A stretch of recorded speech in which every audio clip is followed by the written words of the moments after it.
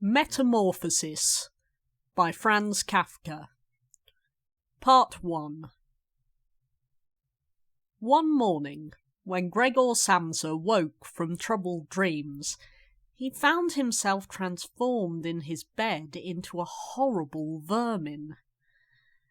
He lay on his armour-like back, and if he lifted his head a little, he could see his brown belly, slightly domed and divided by arches into stiff sections.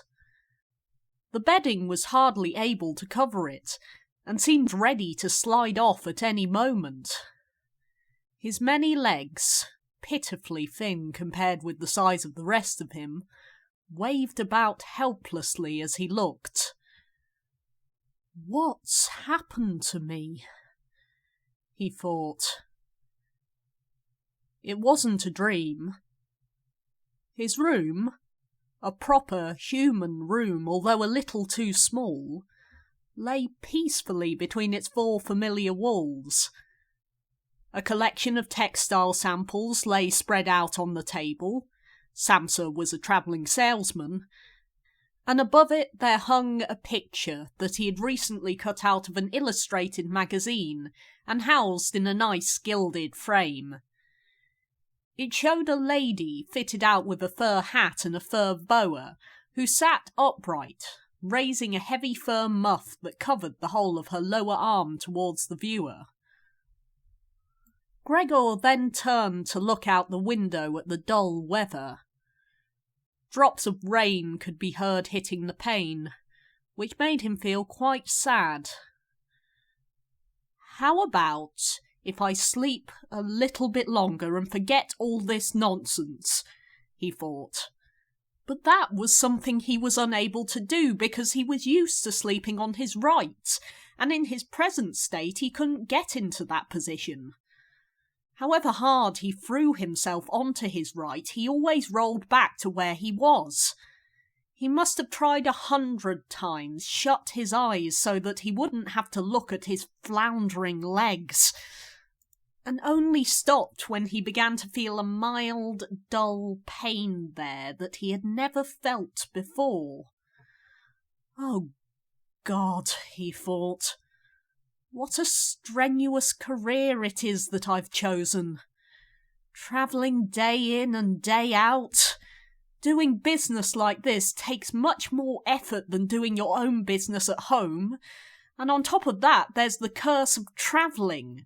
Worries about making train connections, bad and irregular food, contact with different people all the time so that you can never get to know anyone or become friendly with them.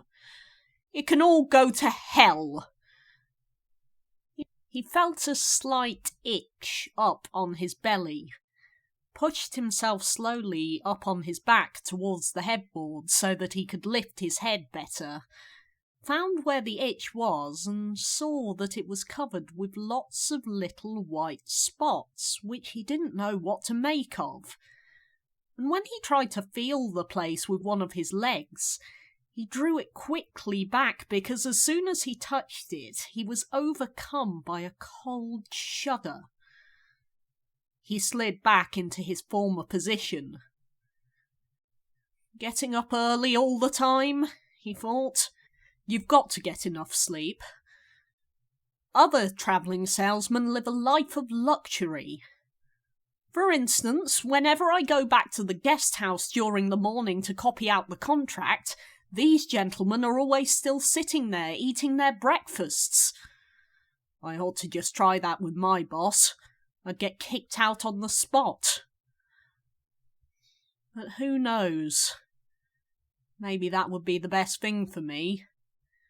If I didn't have my parents to think about, I'd have given my notice a long time ago. I'd have gone up to the boss and told him just what I think. Tell him everything, I would. Let him know just what I feel. He'd fall right off his desk. And it's a funny sort of business to be sitting up there at your desk, talking down at your subordinates from up there. Especially when you have to go right up close because the boss is hard of hearing. Well, there's still some hope. Once I've got the money together to pay off my parents' debt to him, another 5 or 6 years, I suppose, that's definitely what I'll do. That's when I'll make the big change. First of all, though, I've got to get up. My train leaves at 5. And he looked over at the alarm clock ticking on the chest of drawers.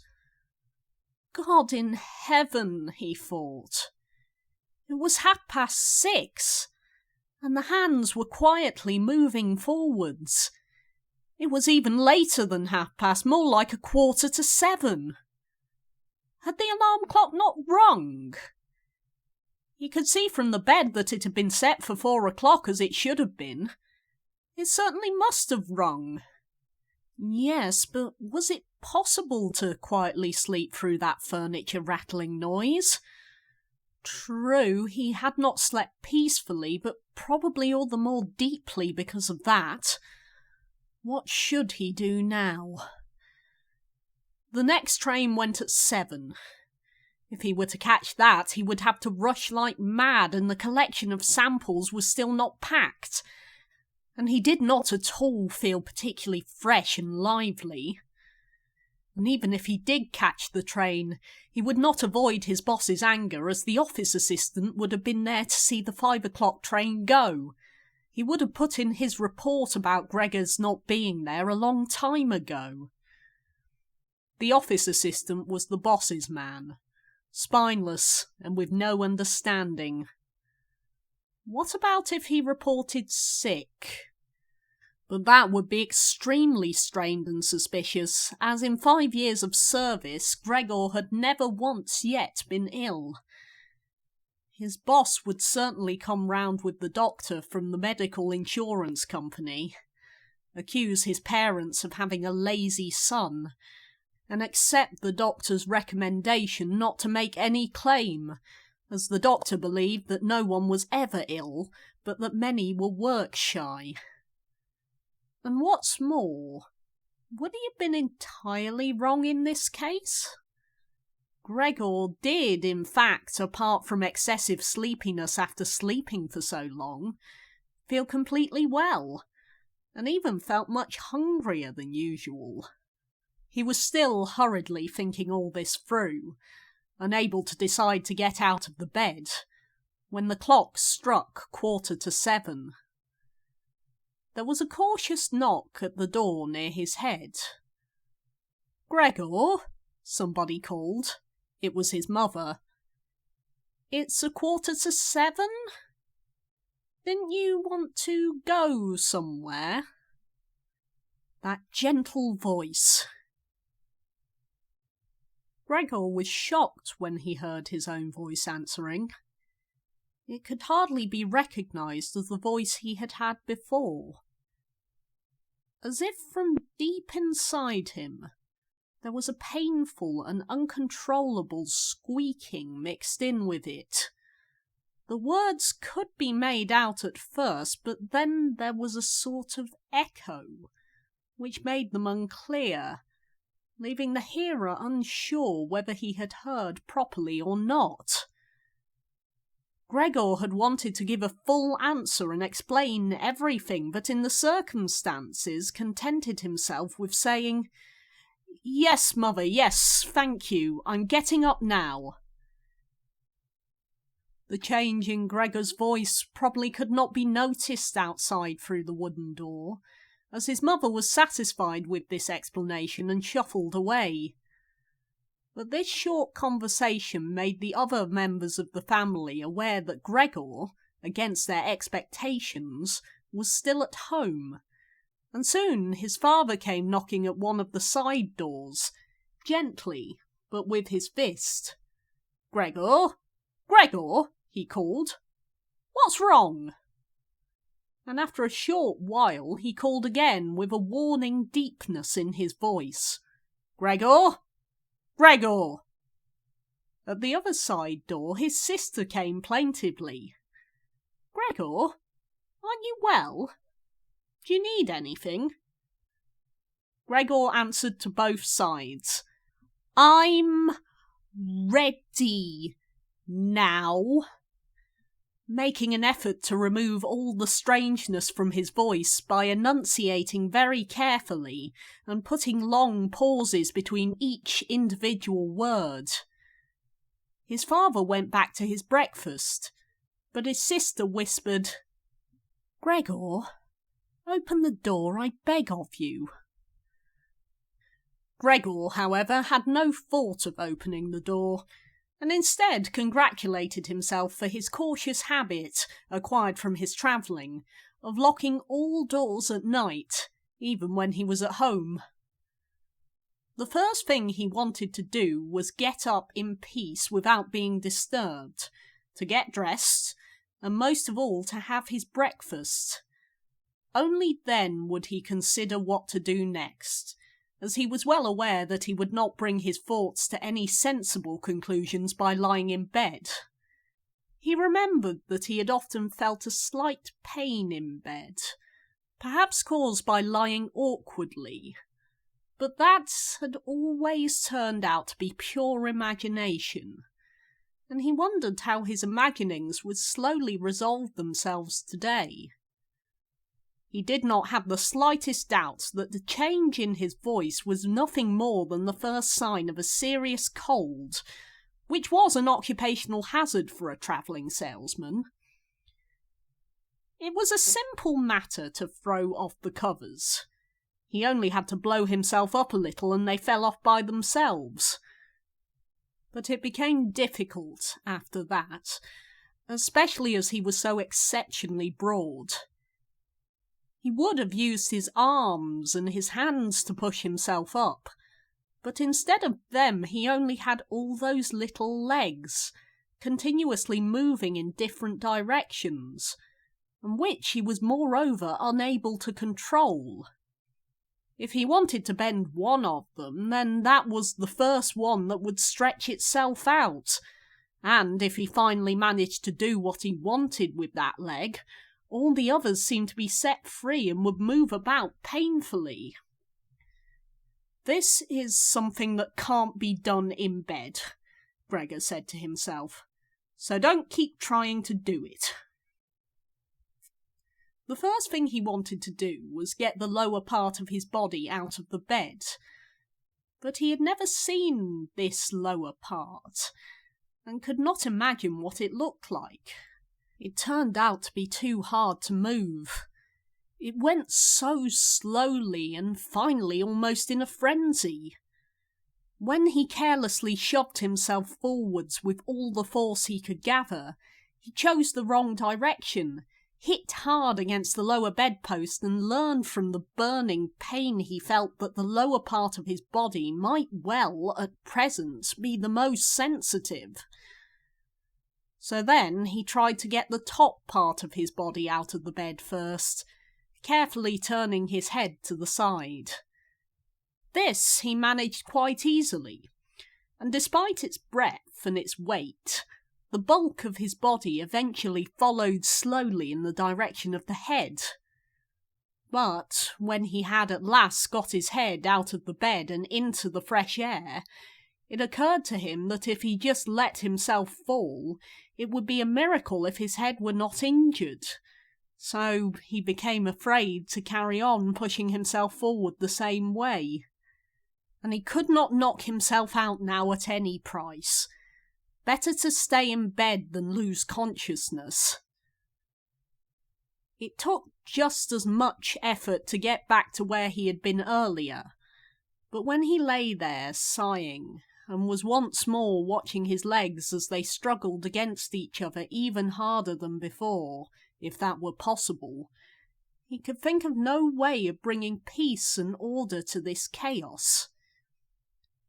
He told himself once more that it was not possible for him to stay in bed, and that the most sensible thing to do would be to get free of it in whatever way he could at whatever sacrifice. At the same time, though, he did not forget to remind himself that calm consideration was much better than rushing to desperate conclusions. At times like this, he would direct his eyes to the window and look out as clearly as he could. But unfortunately, even the other side of the narrow street was enveloped in morning fog, and the view had little confidence or cheer to offer to him. 7 o'clock already, he said to himself when the clock struck again. 7 o'clock and there's still a fog like this. And he lay there quietly a while longer, breathing lightly, as if perhaps he expected the total stillness to bring things back to their real and natural state. But then he said to himself, "Before it strikes 7:15, I'll definitely have to have got properly out of bed. And by then someone will have come round from work to ask what's happened to me as well, as they open up at work before 7 o'clock. And so he set himself to the task of swinging the entire length of his body out of the bed all at the same time. If he succeeded in falling out of his bed in this way and kept his head raised as he did so, he could probably avoid injuring it. His back seemed to be quite hard, and probably nothing would happen to it falling onto the carpet. His main concern was for the loud noise he was bound to make, and which even through all the doors would probably raise concern if not alarm. But it was something that had to be risked. When Gregor was already sticking halfway out of the bed, the new method was more of a game than an effort. All he had to do was rock back and forth. It occurred to him how simple everything would be if somebody came to help him. 2 strong people, he had his father and the maid in mind, would have been more than enough. They would only have to push their arms under the dome of his back, peel him away from the bed, bend down with the load, and then be patient and careful as he swung over onto the floor, where hopefully the little legs would find a use. Should he really call for help, though, even apart from the fact that all the doors were locked? Despite all the difficulty he was in, he could not suppress a smile at this thought. After a while, he had already moved so far across that it would have been hard for him to keep his balance if he rocked too hard. The time was now 7:10, and he'd have to make a final decision very soon. Then there was a ring at the door of the flat. "That'll be someone from work," he said to himself, and froze very still, although his little legs only became all the more lively as they danced around. For a moment, everything remained quiet. "They're not opening the door," Gregor said to himself, caught in some nonsensical hope. But then, of course, the maid's firm steps went to the door as ever and opened it. Gregor only needed to hear the visitor's first words of greeting and he knew who it was, the chief clerk himself. Why did Gregor have to be the only one condemned to work for a company where they immediately became highly suspicious at the slightest shortcoming? Were all employees, every one of them, louts? Was there not one of them who was faithful and devoted, who would go so mad with pangs of conscience that he couldn't get out of bed if he didn't spend at least a couple of hours in the morning on company business? Was it really not enough to let one of the trainees make inquiries, assuming inquiries were even necessary? Did the chief clerk have to come himself? And did they have to show the whole innocent family that this was so suspicious that only the chief clerk could be trusted to have the wisdom to investigate it? And more because these thoughts had made him upset than through any proper decision, he swung himself with all his force out of bed. There was a loud thump, but it wasn't really a loud noise. His fall was softened a little by the carpet, and Gregor's back was also more elastic than he had thought, which made the sound muffled and not too noticeable. He had not held his head carefully enough, though, and hit it as he fell. Annoyed and in pain, he turned it and rubbed it against the carpet. "Something's fallen down in there," said the chief clerk in the room on the left. Gregor tried to imagine whether something of the sort that had happened to him today could ever happen to the chief clerk too. You had to concede that it was possible. But, as if in gruff reply to this question, the chief clerk's firm footsteps in his highly polished boots could now be heard in the adjoining room. From the room on his right, Gregor's sister whispered to him to let him know. "Gregor, the chief clerk is here." "Yes, I know," said Gregor to himself, but without daring to raise his voice loud enough for his sister to hear him. "Gregor," said his father now from the room to his left, "the chief clerk has come round and wants to know why you didn't leave on the early train. We don't know what to say to him. And anyway, he wants to speak to you personally. So please open up this door. I'm sure he'll be good enough to forgive you the untidiness of your room." Then the chief clerk called. "Good morning, Mr. Samsa." "He isn't well," said his mother to the chief clerk, while his father continued to speak through the door. "He isn't well, please believe me. Why else would Gregor have missed a train? The lad only ever thinks about the business. It nearly makes me cross the way he never goes out in the evenings. He's been in town for a week now, but stayed home every evening. He sits with us in the kitchen and just reads the paper or studies train timetables. His idea of relaxation is working with his fretsaw. He's made a little frame, for instance.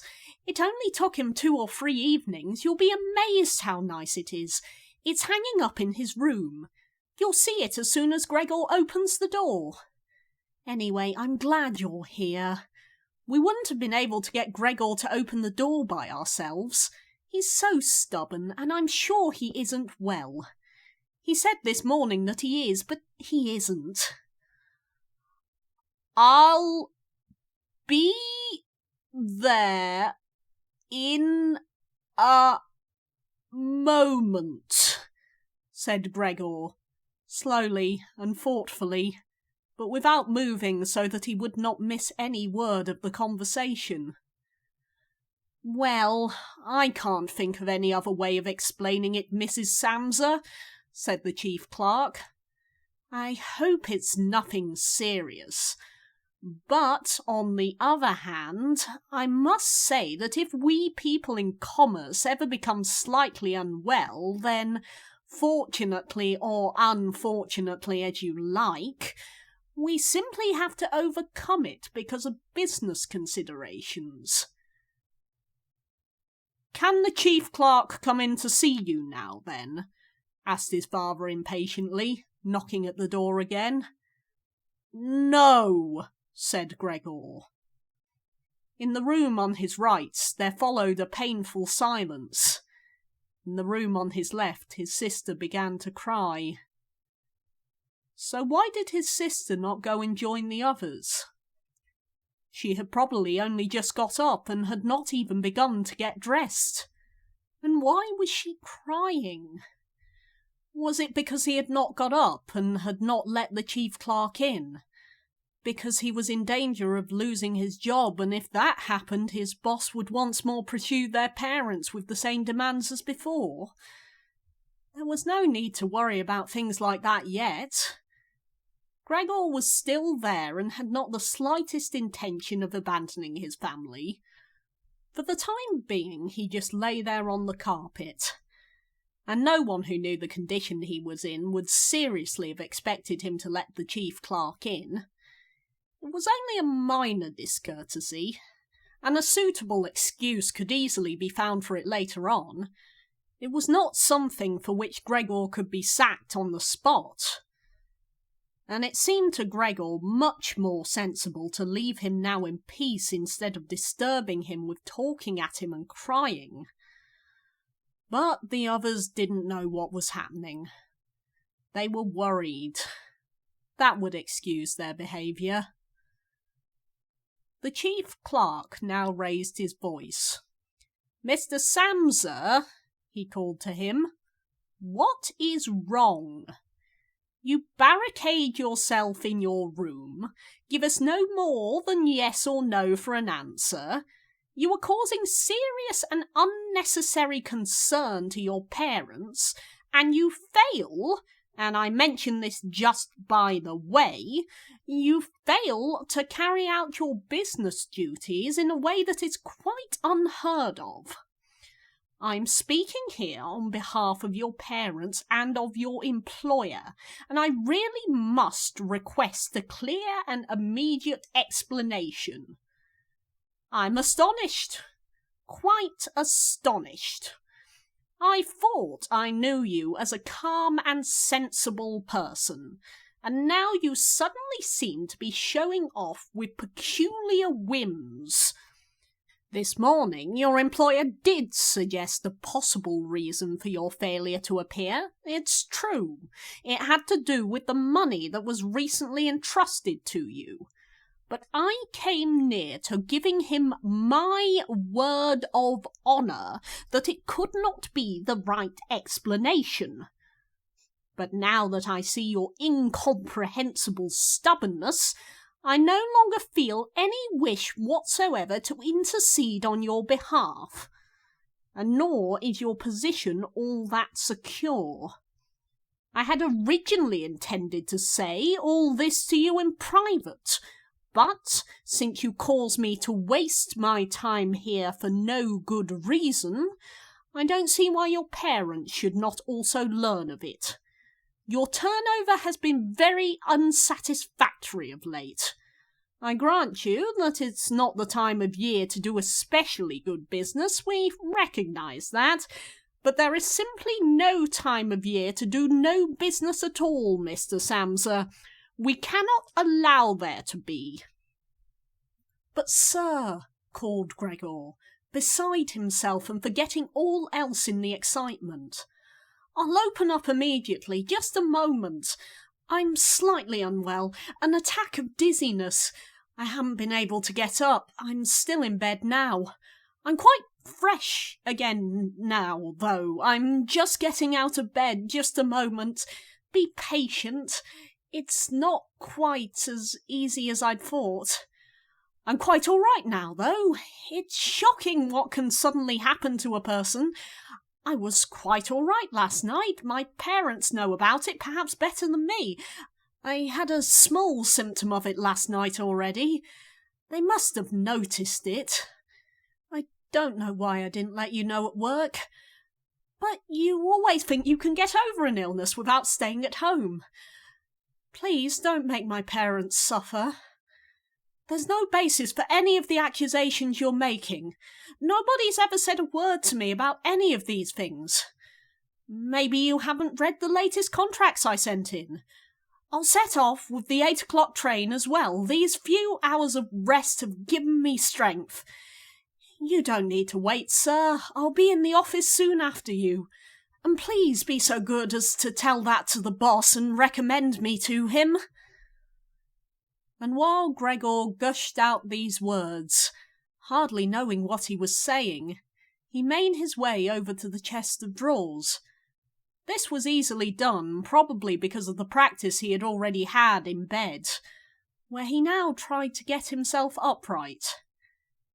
He really did want to open the door, really did want to let them see him and to speak with the chief clerk. The others were being so insistent, and he was curious to learn what they would say when they caught sight of him.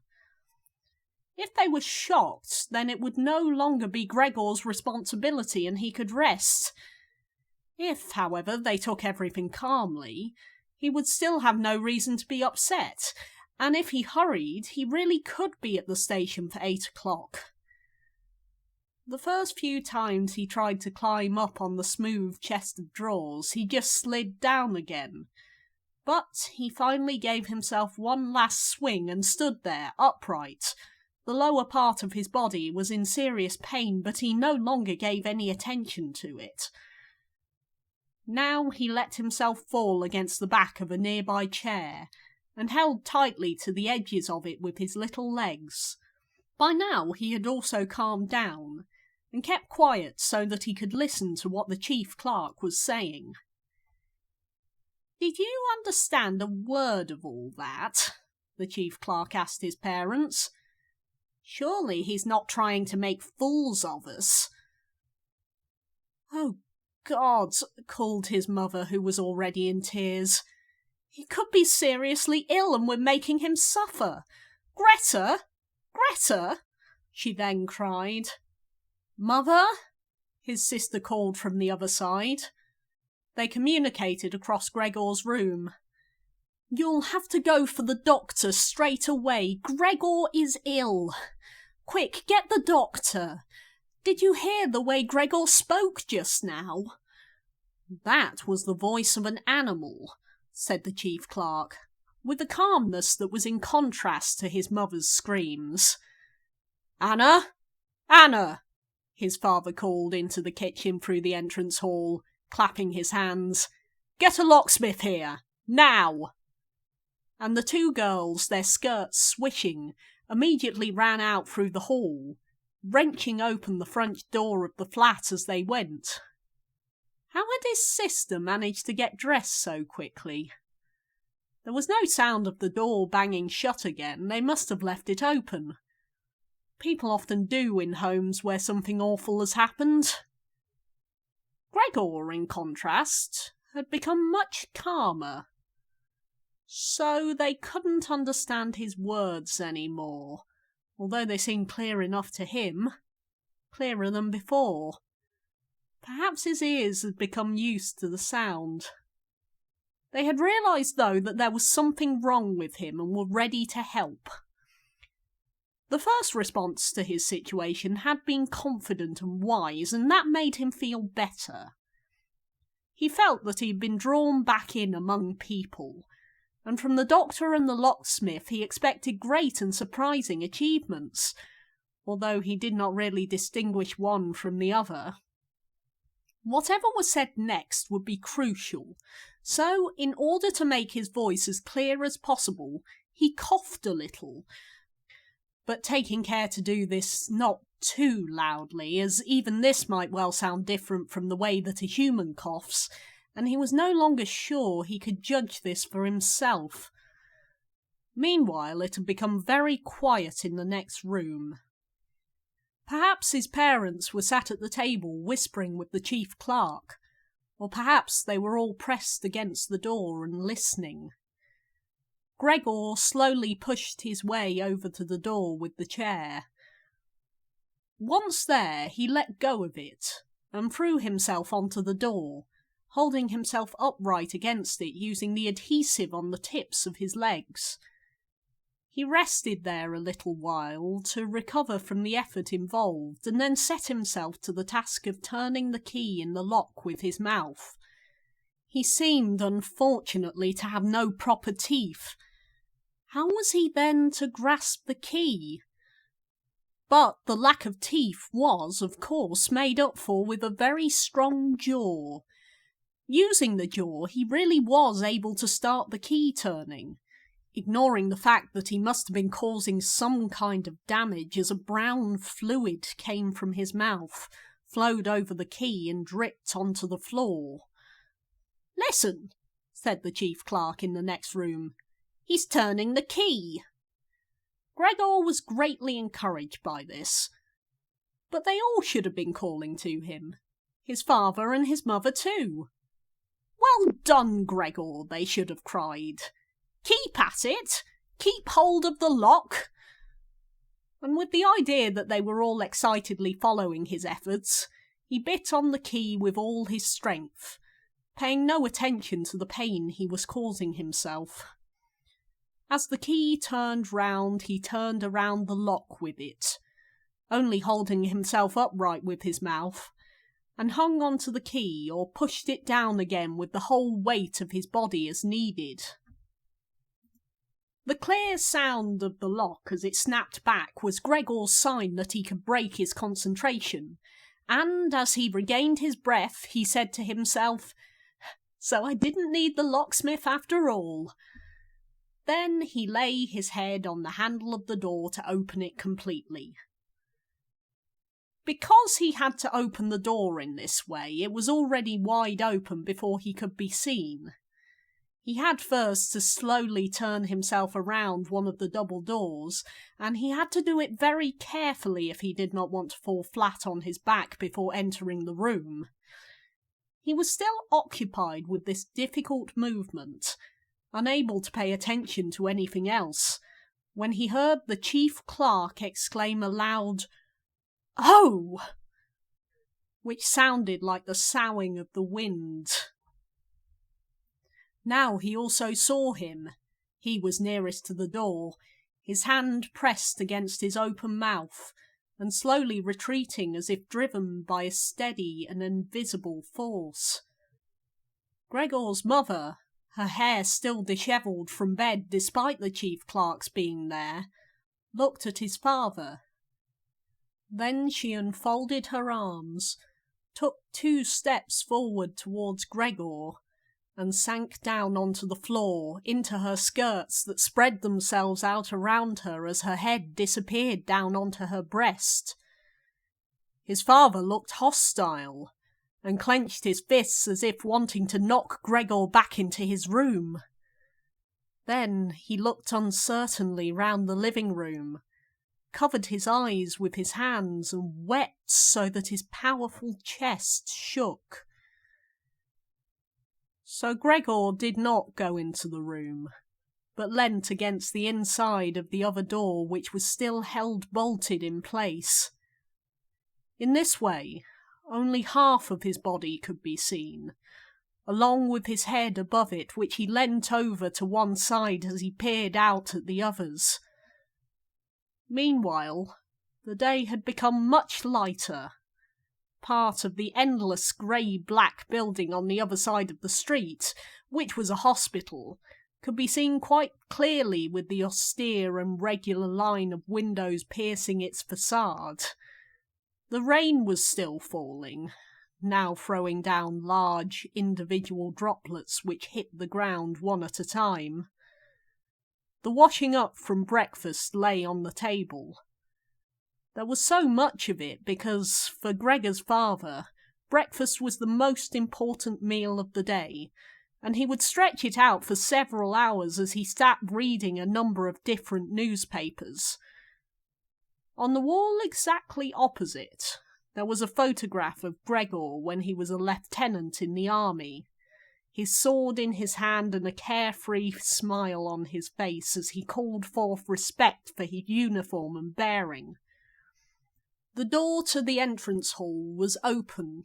As the front door of the flat was also open, he could see onto the landing and the stairs where they began their way down below. "Now then," said Gregor, well aware that he was the only one to have kept calm.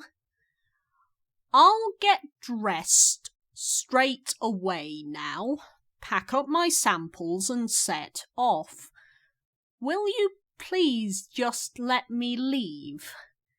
You can see," he said to the chief clerk, "that I'm not stubborn, and I like to do my job.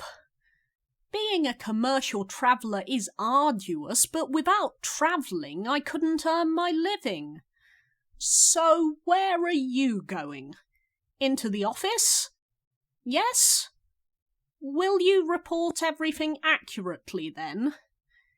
It's quite possible for someone to be temporarily unable to work, but that's just the right time to remember what's been achieved in the past and consider that later on. Once the difficulty has been removed, he will certainly work with all the more diligence and concentration. You're well aware that I'm seriously in debt to our employer, as well as having to look after my parents and my sister, so that I'm trapped in a difficult situation. But I will work my way out of it again. Please don't make things any harder for me than they already are. And don't take sides against me at the office. I know that nobody likes the travellers. They think we earn an enormous wage as well as having a soft time of it. That's just prejudice, but they have no particular reason to think better of it.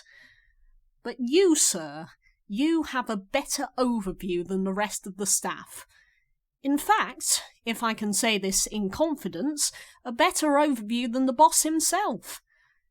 It's very easy for a businessman like him to make mistakes about his employees and judge them more harshly than he should. And you're also well aware that we travellers spend almost the whole year away from the office, so that we can very easily fall victim to gossip and chants and groundless complaints. And it's almost impossible to defend yourself from that sort of thing. We don't usually even hear about them. Or, if at all, it's when we arrive back home exhausted from a trip, and that's when we feel the harmful effects of what's been going on without even knowing what caused them. Please don't go away. At least first say something to show that you grant that I'm at least partly right. But the chief clerk had turned away as soon as Gregor had started to speak, and, with protruding lips, only stared back at him over his trembling shoulders as he left. He did not keep still for a moment while Gregor was speaking, but moved steadily towards the door, without taking his eyes off him. He moved very gradually, as if there had been some secret prohibition on leaving the room. It was only when he had reached the entrance hall that he made a sudden movement, drew his foot from the living room, and rushed forward in a panic. In the hall he stretched his right hand far out towards the stairway, as if out there was some supernatural force waiting to save him. Gregor realised that it was out of the question to let the chief clerk go away in this mood if his position in the firm was not to be put into extreme danger. That was something his parents did not understand very well.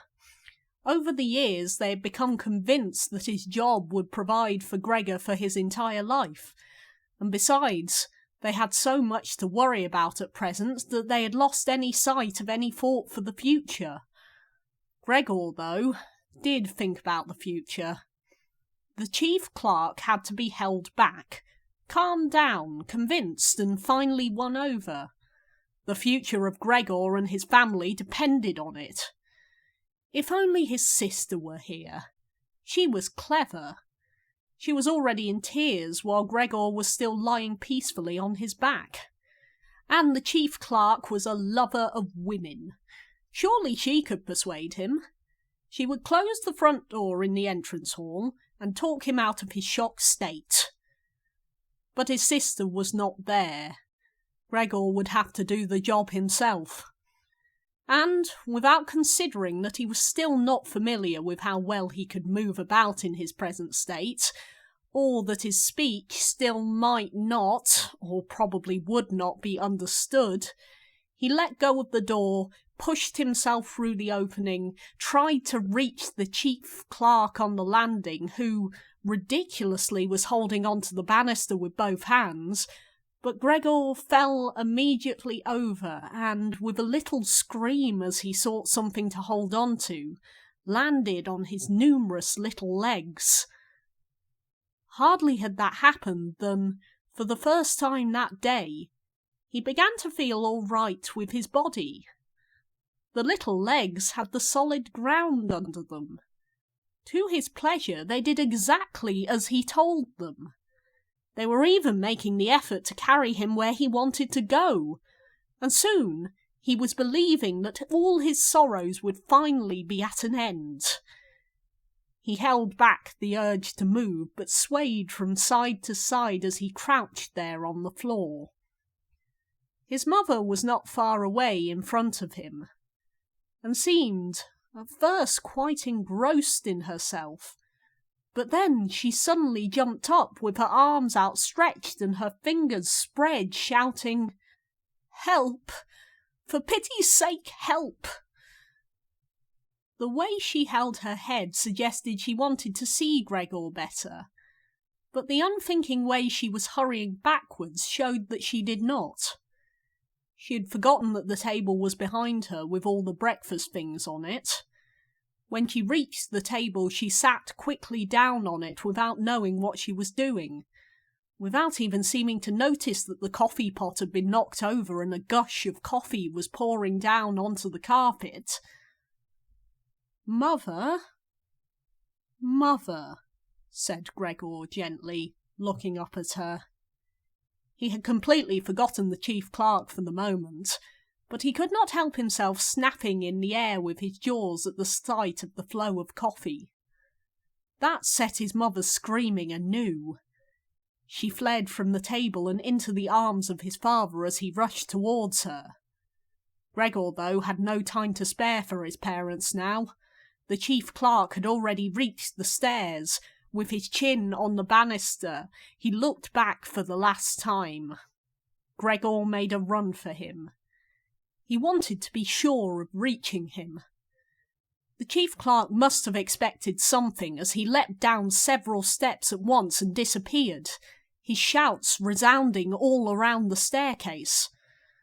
The flight of the chief clerk seemed, unfortunately, to put Gregor's father into a panic as well.